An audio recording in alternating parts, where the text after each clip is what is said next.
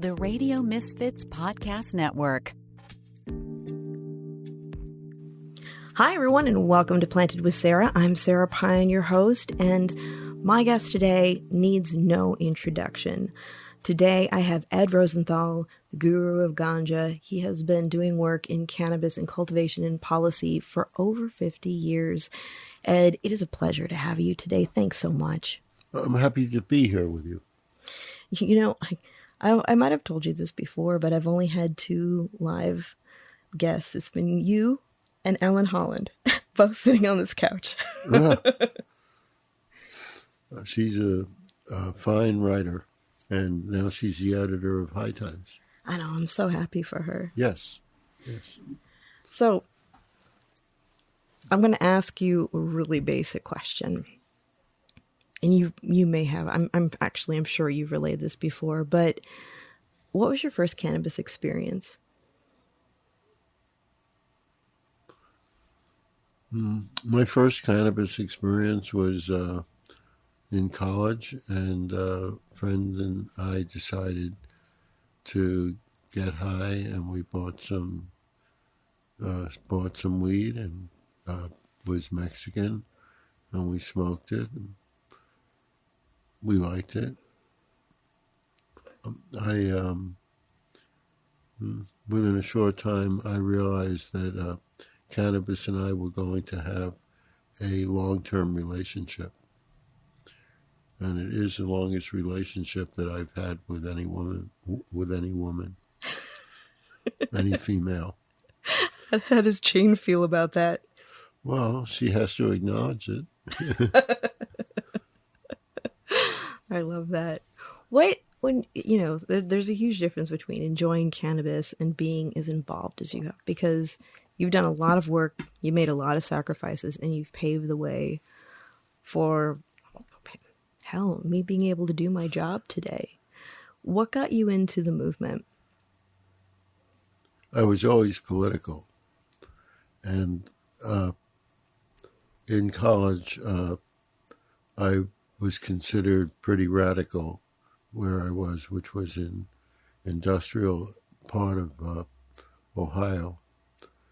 And when I came back to New York, I drifted down to the Lower East Side, or the East Village, and met up with other people who were political. And at that time, the Vietnamese War was going on, and I got involved with the yippies with that, and then as the war ended, we looked around, and everybody who was in the yippies in one way or another was earning a living, or part of a living, through marijuana, and that became the next issue. And one of the members, Dana Beal, articulated it this way, that cannabis, rock music, and anti-authoritarianism all went together. And the yippies were the other end of the libertarians, if you will, in that the libertarians were free capitalism and the yippies were free workers. So sort of the other end of it. But it was not just it was not just an economic war, it was an ideological war. And it's unfortunate that as Americans have, over the 50-year period, drifted to a lot of the policies that the yippies espoused, the government is in the hands of a totalitarian group which wants to control the narrative, such as the anti-Roe Wade decisions and other decisions that they're making that are curtailing people's rights while ensuring that statism and capitalism are encouraged. Yeah. It's kind of strange that after I think I would have imagined, like, after all the work that was done, we're in this era of legalization, that the surrounding political climate would be different than it is today as well. That would be what I would have assumed if I was looking into, like, a crystal ball years ago. Well, when you talk about a dark conspiracy, that's basically what the Republican program has been for the last 80 years, since the 1930s when the New Deal came in. And basically, they want to repeal the New Deal and everything that came after that. And that includes Social Security, which they want to privatize, and other basic rights that people have. And they want corporations rather than the government to be ascended. And they don't really care about the world. They think that they're exempt, that they're exempt, for instance, from environmental effects. And it's hard to believe. I mean, radiation, bad air, lack of water, that affects everyone. And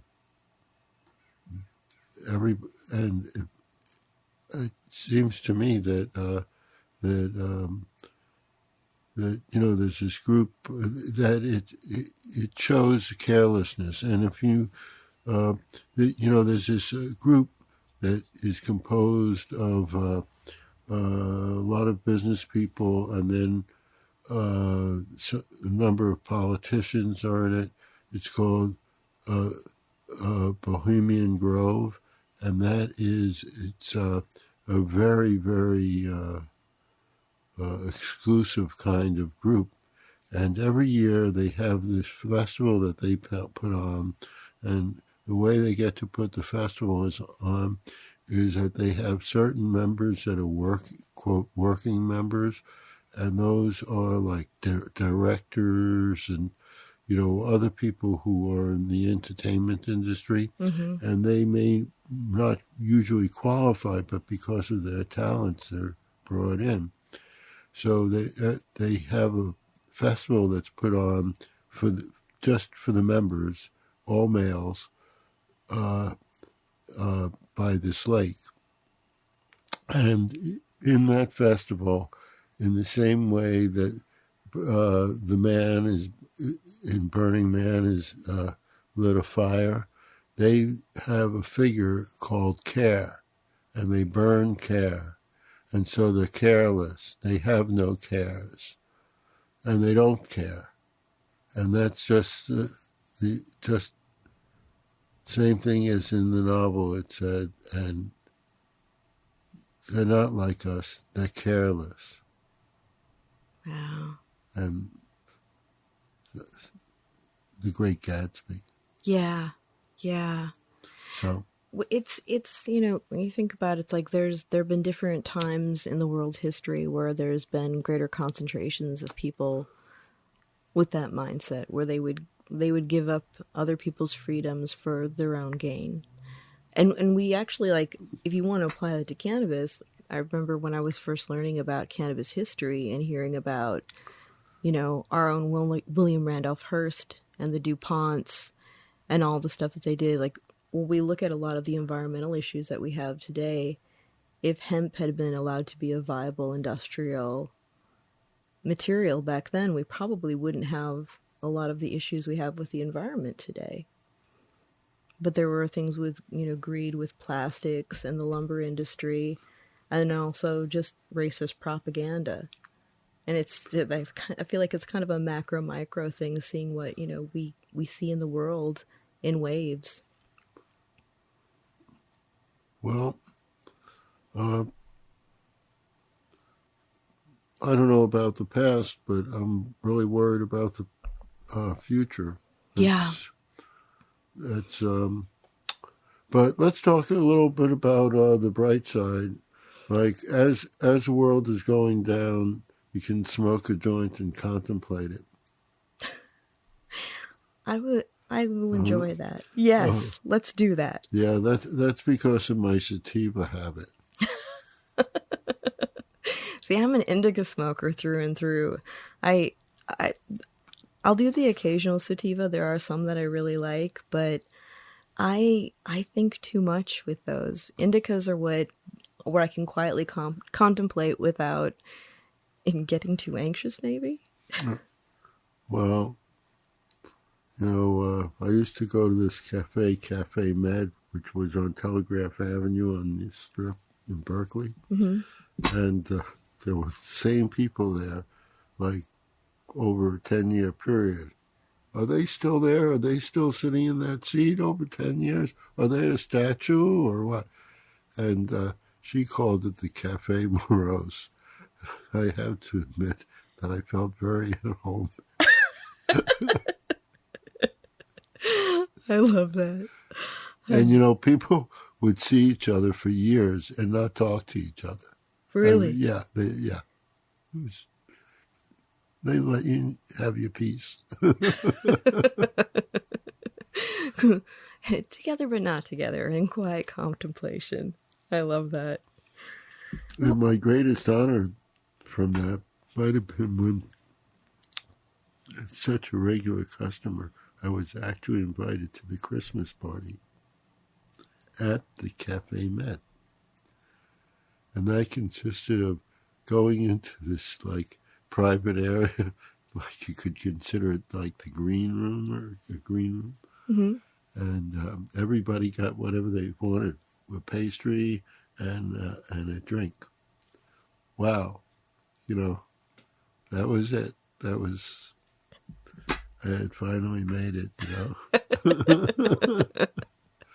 And now it's gone. Yeah, we've lost a lot of places in the Bay. How long have you been here? 73. Wow. That's a long time. Yeah, it is a long time. Yeah. It's a lot of change, too. I got here in 96. Well, a lot of change. I mean,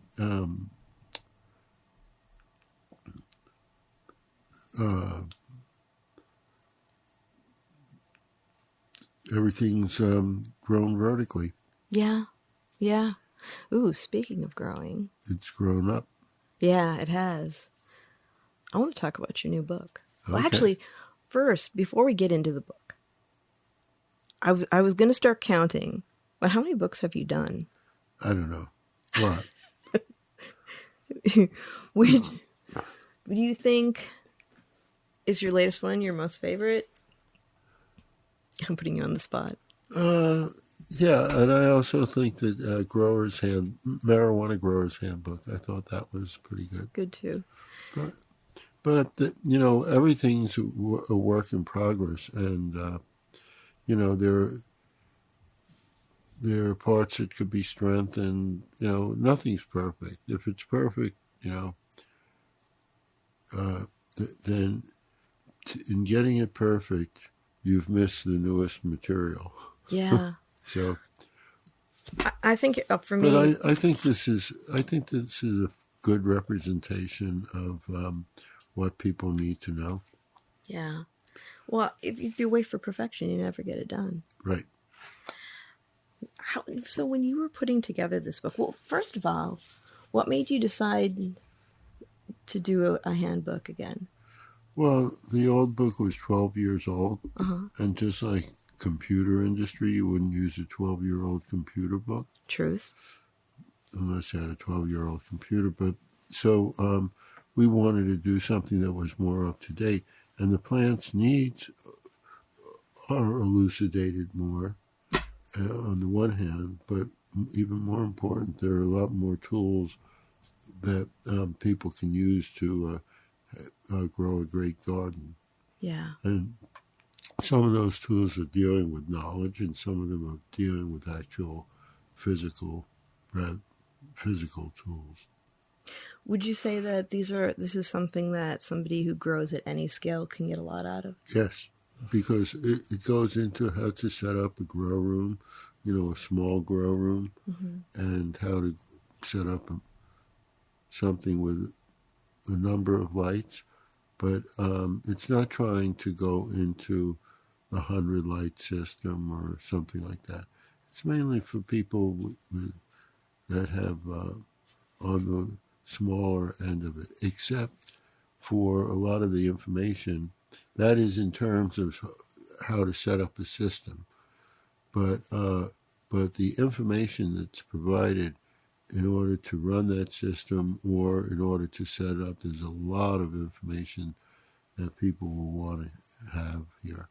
So it shows them a different way to determine light and how much light the plants get and how long the lights are on, things like that. Mm-hmm.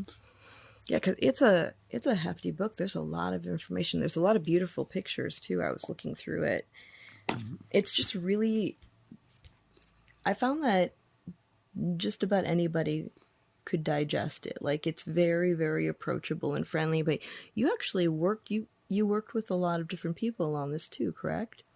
Well, my co-author Rob Flannery has a doctorate in plant science, and he runs Dr. Rob Farms.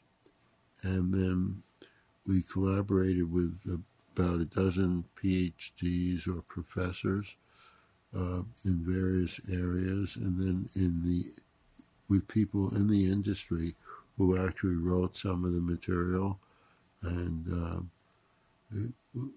we collaborated with literally dozens of people in order to put this together. That's awesome. And so we were able to reach all these people and have cooperation, thanks to the pandemic, because they were home. A light in the perfect storm. Yeah, so keep that pandemic going. We're doing okay. Yeah, right. So we were working on it during the first 18 months of the pandemic. So that's awesome. Yeah. It might be a hard question, Yeah. because yes. But what's your favorite chapter?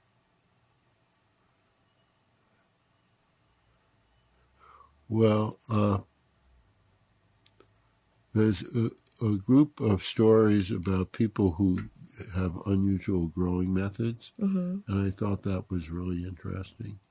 And that here we're in the middle of this science class, basically, because growing is a science, and we treat it.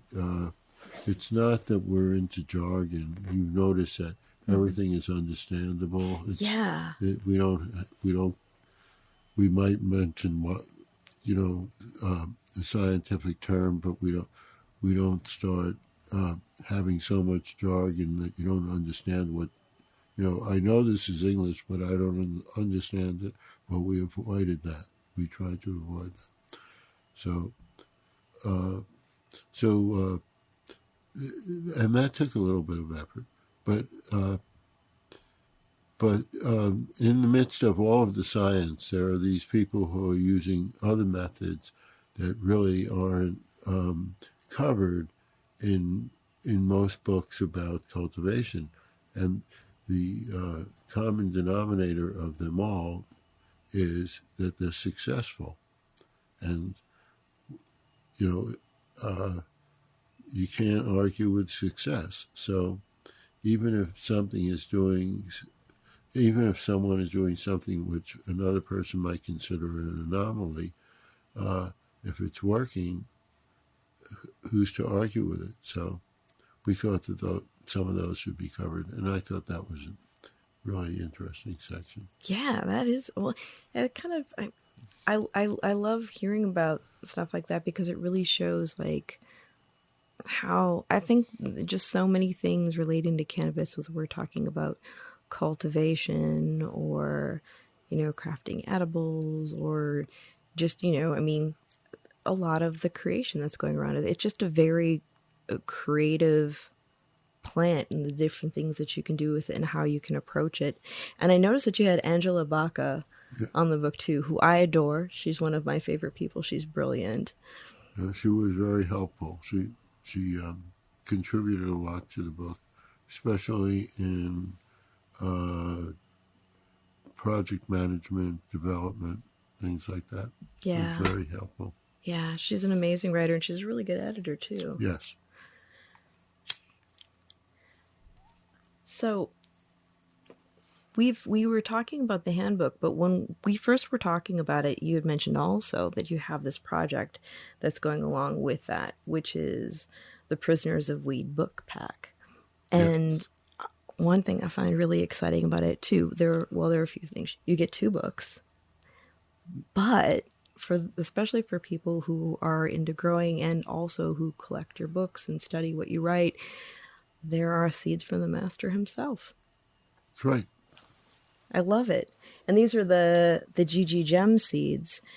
And when we were talking about it before, you were mentioning that about like the little mini pheno hunt that you get if you start growing them all.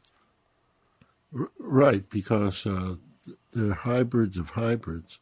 And so anybody who's taken even the most elementary genetics class knows that if there's a hybrid, that the second generation is not uniform.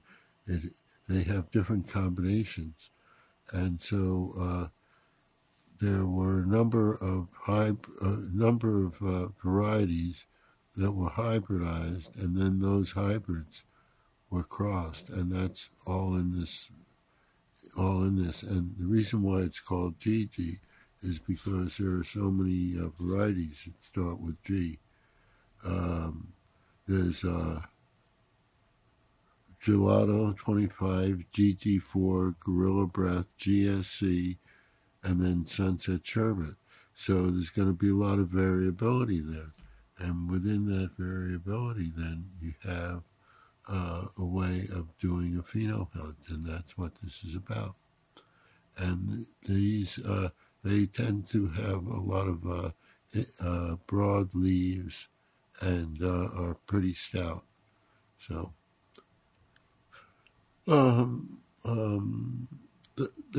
if you wanted to see some photos, they'll be posted on my sites in the next few days. Oh, cool. Yes. How tall are they now? They're about a foot tall now. Oh, right on. Yeah. That's awesome. Yes. I'm going to put them into flowering soon. I love that.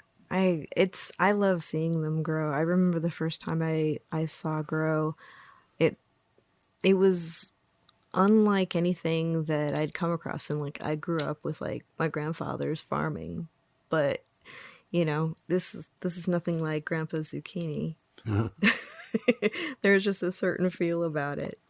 But going back to the book pack, so you're doing this, well, you have a really good cause that you're supporting with the pack. Do you want to talk about that a little bit? Yes. People would think that with all this legalization that things are going really well. You know, that people are not being imprisoned. But recently the DEA issued statistics showing that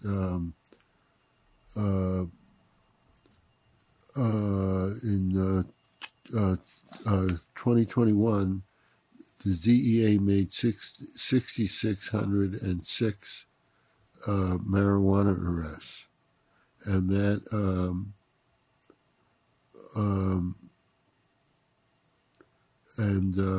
that's the largest number since 2011. And there are still people in prison, even in states where marijuana is legal and legally sold. So people are in prison for what's now legal. And the Last Prisoner Project, originated by Steve D'Angelo, who is very, very effective at whatever he works on. Yeah. Yes, he's working on Last Prisoner Project. And the goal of that is to free the prisoners. And that's the very first thing and the most important thing, that nobody should be in prison for marijuana. And so 10% of each of the gross from each order, that's not the net, you know. When you talk about net, it could be anything. Oh, we had this expense, we had that expense, and then I had to have this expensive dinner with my family, so we'll include that. Well, that's nothing like that. What this is we give 10% of the entire package to the to Last Prisoner Project, and we presented it. You can look on the on my sites, and you'll see we presented them with a big check, and we're about to present them with another check. And the good thing is that those checks aren't bouncing. Well, yeah, it's one thing to give a person a check, but another thing to make sure that the check is good. So, and it's not a lot of money, but it's helping people to make a contribution to directly to getting people out of prison. So so when you get the package, you get the books. They're great books. It's the new Cannabis Growers Handbook and Ask Ed Marijuana Success, and that is it's mostly it's not a large book, but it has a lot of great ideas in it, and ideas that you'll probably adopt some of them. And then you get the seeds, and this is, as I said, the GG Gem, which is a cross of hybrids, and then there's 10% of the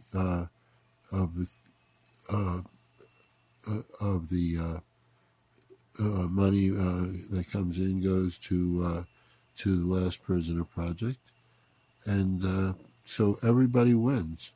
And so I hope if you're interested in growing, and even if you've grown before, you'll find this book helpful. And if it's your first time, it will be a really good guide for you to go through and develop a great garden and success the first time. It'd also make a really good gift. Oh, yeah. Both the books and the seeds, either one of them. Yeah. You have two different gifts there. Yeah, I love that. Yeah, I know. I was telling a friend about your seeds, and he got so excited. He's like, "Wait a minute, Ed has seeds that I can get?" And I was like, "Yeah." And so he's like, "Okay." He loves your books, but he was saying that just for the seeds alone, he'd get the pack because, there's something about being able to work with something that somebody like you, who's been doing this for so long and has been so impactful with the work, has worked on. I just think that that's really cool. And, I was thinking about LPP and the work that they do and how we have so many people that are still languishing while there are a lot of us that are doing our work every day.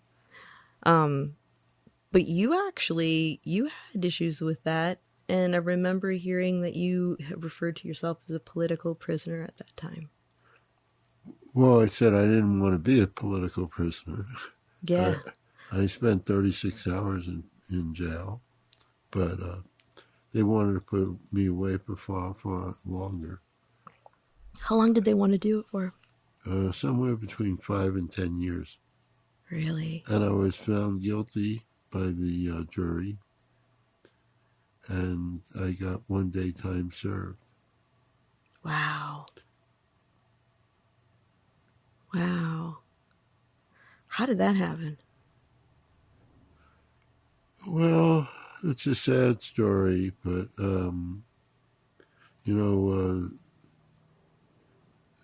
the judge and his wife were socialites. And as he persecuted this case with the prosecutor, he made decision after decision that was unwarranted and uncalled for. His friends started abandoning him. He belonged to this men's club, and people weren't talking with him anymore. They weren't getting invited to parties, and so in order to save his reputation. Oh, my reputation was growing because as all these things were coming out, things that the jury wouldn't hear, things that weren't allowed in the courtroom, but they were, of course, allowed elsewhere, and I was giving a lot of different interviews and press conferences and things like that. So anyway, we had his reputation was being sullied by some of the decisions he made, sort of like the Supreme Court today. It was just getting to be ridiculed in the newspapers, and friends were deserting him. So he had to do something. And so they came up with, they have this, it's like an Excel chart, and it's the offense, then there's other things, how many times have you been convicted and all that. And it showed somewhere between 5 and 10 years. But he had to come up with something. So he had to downgrade my points, which he did, so that it wound up that I did 1 day time served, because he turned chicken, because he knew that he couldn't live without being a socialite, and it was unacceptable for the community of citizens in San Francisco Bay Area. He was acting against the interests of the community, so he had to write it. So he gave 1 day time served. I had already done 36 hours, so I did 50% of the time that I was, 50% more than the time that I was sentenced to. How do you get a refund on that? I don't know.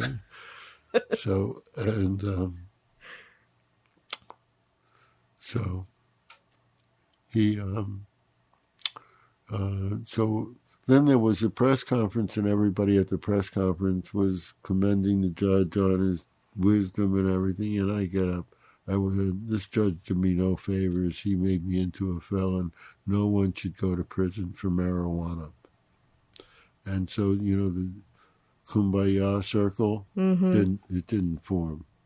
That was it. That's all I had to say. And there were all these marijuana organizations. Oh, we love the judge's wisdom and the compassion, And I said, this judge made me into a felon. He did me no favors, boom. And that's what was played, not all the, yeah. So the great wisdom. So one of the people said, well, why did you do that? I said, well, you made it look like this guy's okay. And he was just a scared pig. Yeah. That's all he was. Yeah. And he still is, he still hasn't apologized for it. It's not that he owes me an apology. He owes an apology to the entire San Francisco community, because he was actually, I represented that community that was serving patients, that's the thing. This guy had no compassion. I mean, he thought he would be looked at so great. Oh, look, his great wisdom. He had no wisdom. He was a scared pig. I'll say it time and again. And he doesn't deserve any kind of accolade. Just none. No. I mean, especially when a decision's he made. He knew the truth. Yeah. He knew the truth, and it was hiding under his robe. That's the truth of the matter. He knew what the real truth of this was. He's no fool. He knew how important it was medically, but he was willing to just like any judge in an authoritarian system, he was just, this is what the rulers want? Okay, I'll deliver it. That's who he was. And is. I mean, I don't think he's doing much anymore, luckily. But you know, he still owes the community an apology for that. That's just one of the decisions that he owes the Yeah. community an apology for. I remember hearing about that, and that was well before I was involved in the movement or the industry. And even then, like, I remember the biggest thing I got out of it was that you're an activist and you were growing for people who were sick. Well, what I was doing was growing clones and delivering them to the dispensaries so that patients could grow their own. And see, I didn't feel I was qualified to say this person's a patient, this person isn't a patient. Mm-hmm. But the dispensaries, they were perfectly qualified. They knew, they knew their patients, right? Yeah. So I felt very comfortable that I didn't have to make that decision of who was getting the clones. That was to be decided by the dispensaries. Yeah. Well, that's the thing, like, especially during the 215 days, because that's, when I started, they're centers for community, and we get to know people. And sometimes, we were the only people that they'd have contact with in a day. We were their community. And, so you start to understand what people's needs are and keep your eye out for them. And you just want to be able to help them thrive. Yeah, well, there were a number of different clubs. They had different modes. Some of them had lounges. Some of them were just cash and carry, and they all served a purpose. They were all useful, and together they served the needs of the community. So it was, and I suppose in a way that's still happening. Not in the same dedicated way that it was before the new laws. Yeah. But I think that patients, including patients in need, get their material, and especially as the price has gone down, especially in the more traditional market. Mm-hmm. Oh, for sure.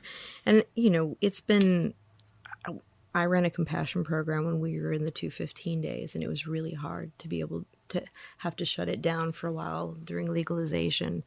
But I was really grateful for all the amazing activists that believed in compassion, and together we were able to get it passed to be able to give again. Because there are just, I remember, like, when I was sick, I had a job, and it was still prohibitively expensive. I can't even imagine if you're too sick to work to be able to afford your cannabis, especially because for a lot of people, it's just the one thing that gives them the relief that they need without having to deal with pharmaceuticals. Yeah. Well, I think a lot of the veterans organizations have developed sources. Oh, yeah. They've been great. Yeah. So that's been really helpful. Yeah, that's been super helpful. And it's really, I'm hoping that we see things like that replicated throughout the states, and also that we start seeing some of the states loosening up on the home cultivation laws as well. Yes. For instance, the state of Washington doesn't allow home cultivation. And they were one of the first states to legalize. It's crazy. Yeah.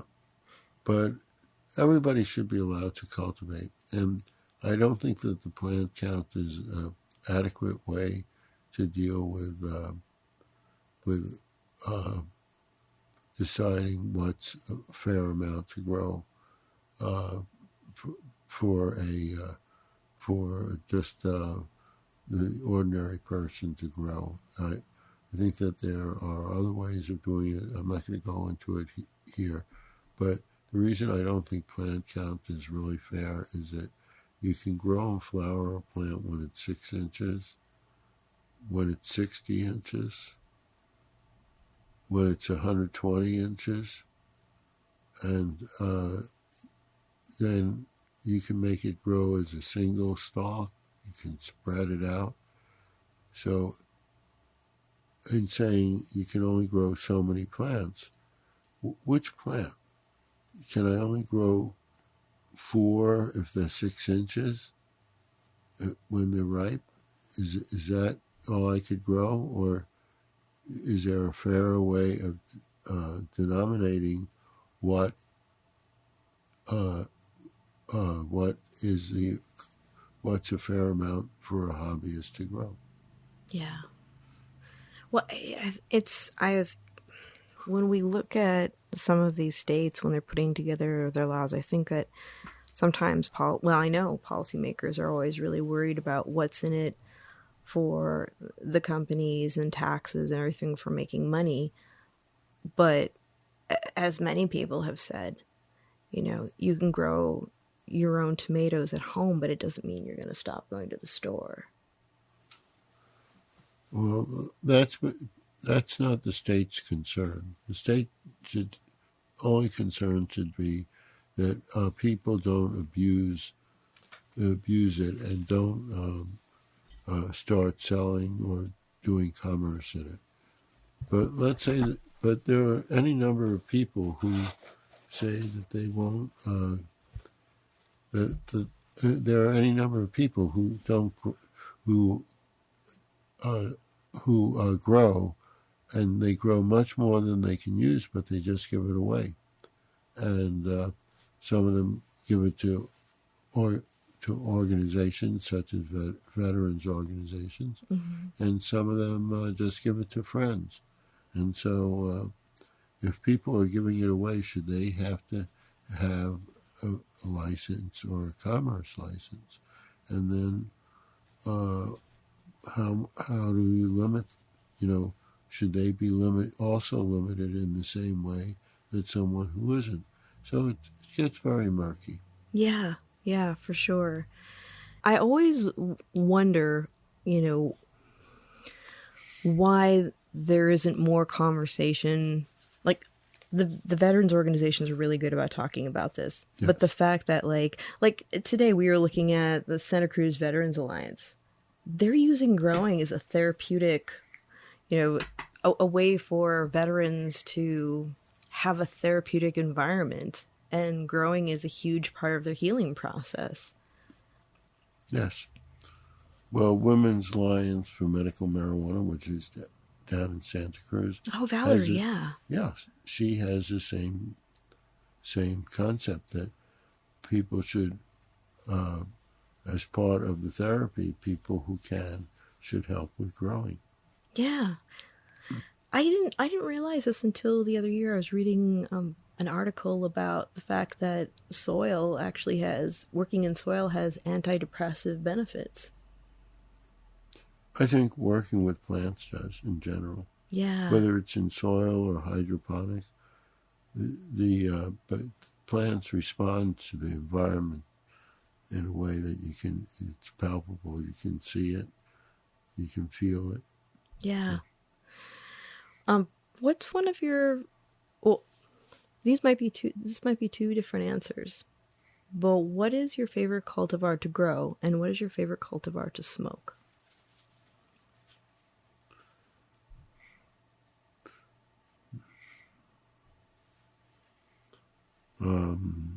Well, I'll deal with the second question first.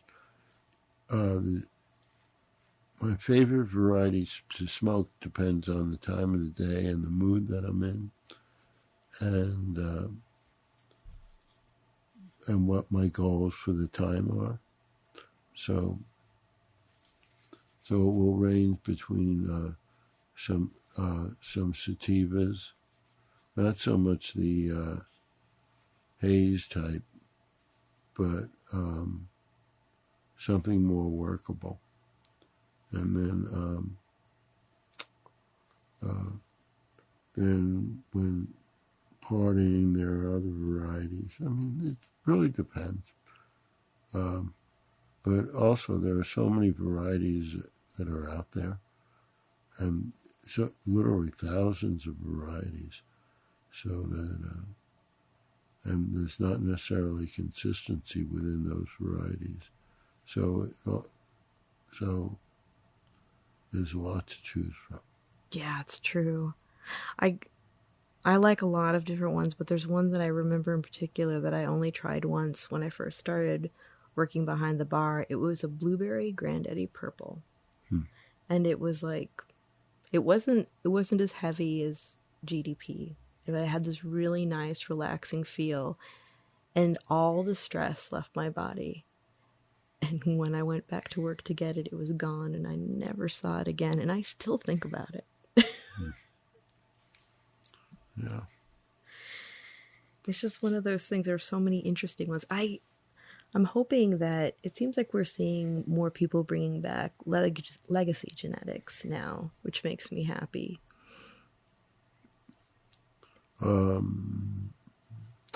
Well, you'll find that a lot of legacy genetics,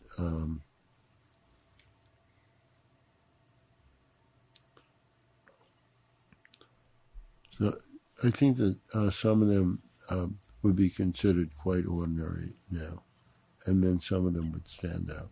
Yeah. Yeah, that is true. Well, and I think though it leans on like the emotional side of it, because it is, I mean, that's the one thing that I've noticed. It's been a couple of years since I've been behind the bar, but I was back there for like 8 years. And the choice around cannabis can be a very emotional, personal thing for people. And when we would have, especially people of certain age groups that had flowers, it's almost like music that reminds you of a certain time in your life. Like when we would have something like Maui Wowie in the shop, and when that was popular, when somebody was a certain age, when that was popular, like their eyes light up and they're like, oh, I remember that. And then they're like, hey, do you have some Thai stick? And I'm like, don't go crazy on me.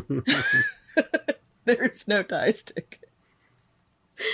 But I love that aspect of it too, just like how it evokes a lot of feeling. And I think like when we're looking at like how the industry is now, where they're kind of making it more lifestyle driven, and there's different styles to it for different people's approaches,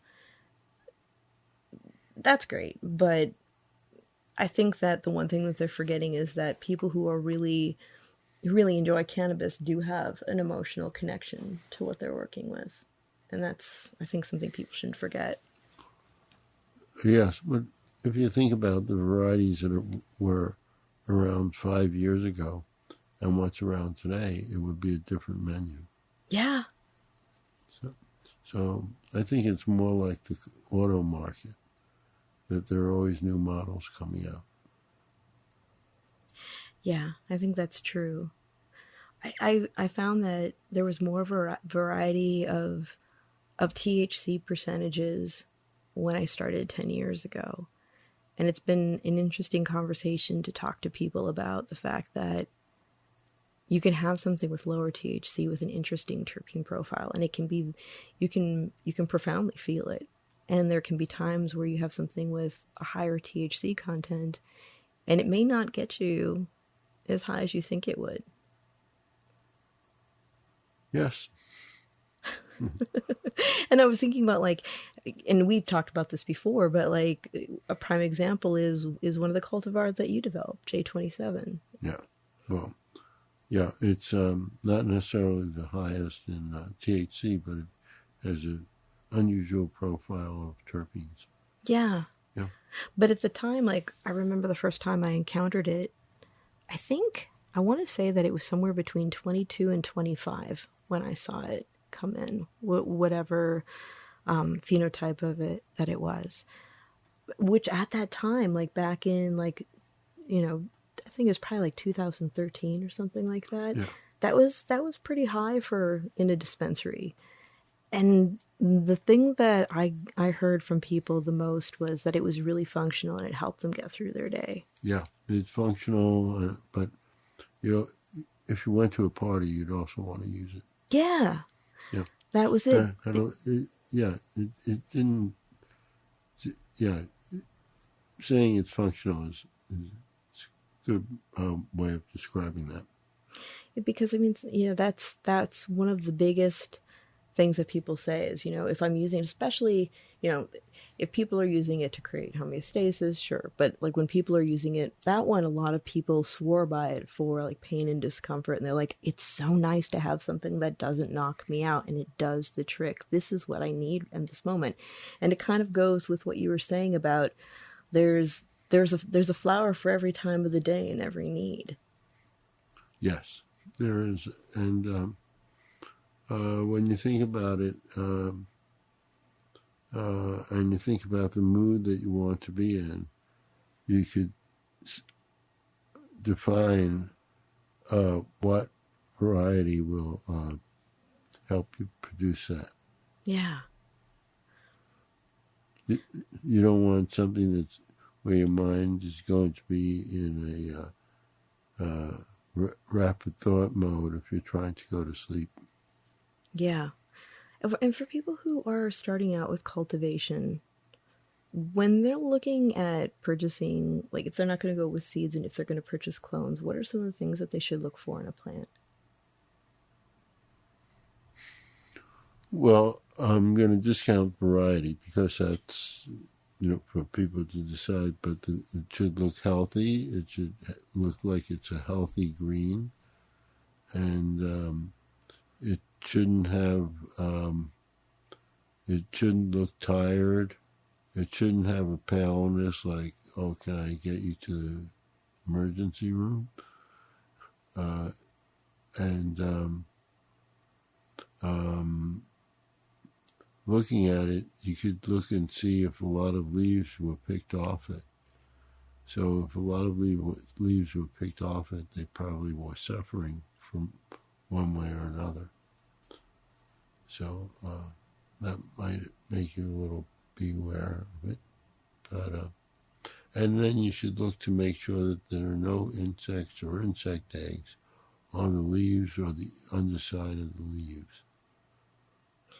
Do you think when you're shopping for it that you should ask about the yield and the size of the plants because they can all be kind of different? Well, people will say that the plants have a certain yield. Well, plants actually start producing flowers based on the number of hours of uninterrupted darkness, usually between 9.5 hours and more of darkness. That means as the fall is coming on, more and more of that of the time in a 24-hour day is spent in darkness. So, so if you're indoors or in a greenhouse using light deprivation, that is, sealing the greenhouse to light, or using additional light, you can determine when the plants are to flower. And for instance, if you're running it at 16 hours and the plants aren't flowering, probably if you brought it down to 14 hours or 13 hours, the plants would flower. And I know that they would flower. And that would, so that you would be able to manipulate when you want the plants to flower. And that the less time the plants spend in vegetative growth, the faster you get a turnaround. Thank you for that. We're almost at an hour. I can't believe it. Yeah, well, here we are. Here we are. One last question. What are you excited about These days? Yeah. I know it's a loaded question because there's a lot of stuff going on. Well, I'm really excited about being able to take some of the genetics from cannabis and putting them into yeast. And so that instead of growing plants, you are just fermenting some yeast and then extracting the cannabinoids from that. Oh, that's fascinating. Are you starting on it, or are you about to? Oh, it has to be near hobby level, and it isn't yet. I got But it. it will be. I'm excited to see Yeah. what that turns out like. Yeah. That's really cool. What are you wanting to do with it? Well, I'd have a great beer drink. Yeah.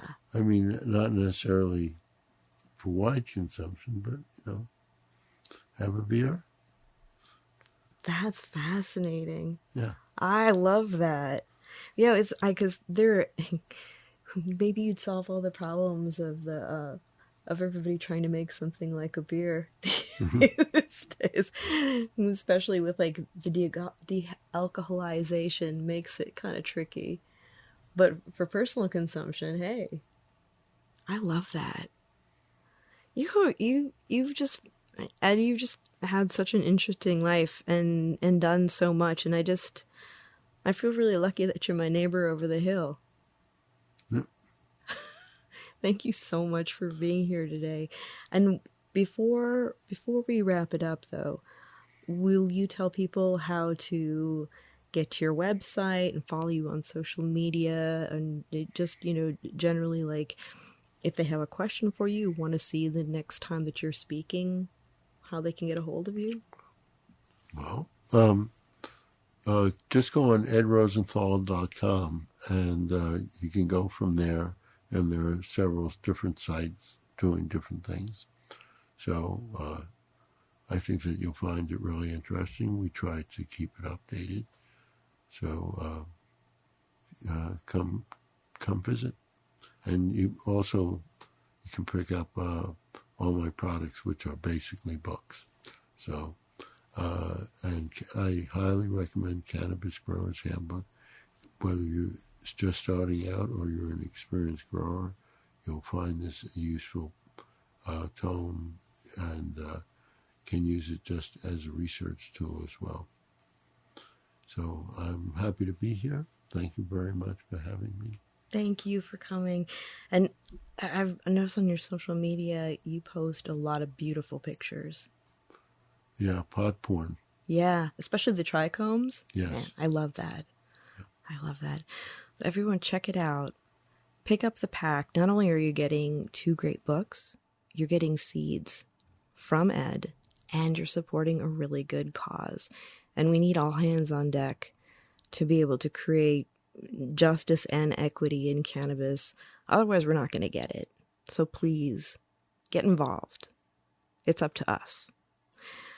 Remember, Planted is twice a month, and you can listen to us wherever you listen to your favorite podcasts. We are on Spotify, Pandora, Apple, Amazon, Google, TuneIn, Stitcher, and of course, our parent network, the Radio Misfits Network, where you can listen to a lot of amazing podcasts. My fave is The Winemakers. Also, if you like an episode, or if you like all of them, and I hope you do, leave us reviews. We want to hear back from you. We want to know what you're liking. Share episodes. And also, follow us on social media. You can find us on Facebook at Planted with Sara Pion, Planted with Sara on IG, and also on Twitter, www.plantedwithsara.com, if you want to come to the website and see the latest episode. But we want to hear from you. If there's somebody that you're curious about or something you want to learn more about, I'm all for it. So it's a crazy world out there. Be good to each other. Stay curious. And until next time, Sara Pion signing out. Take care.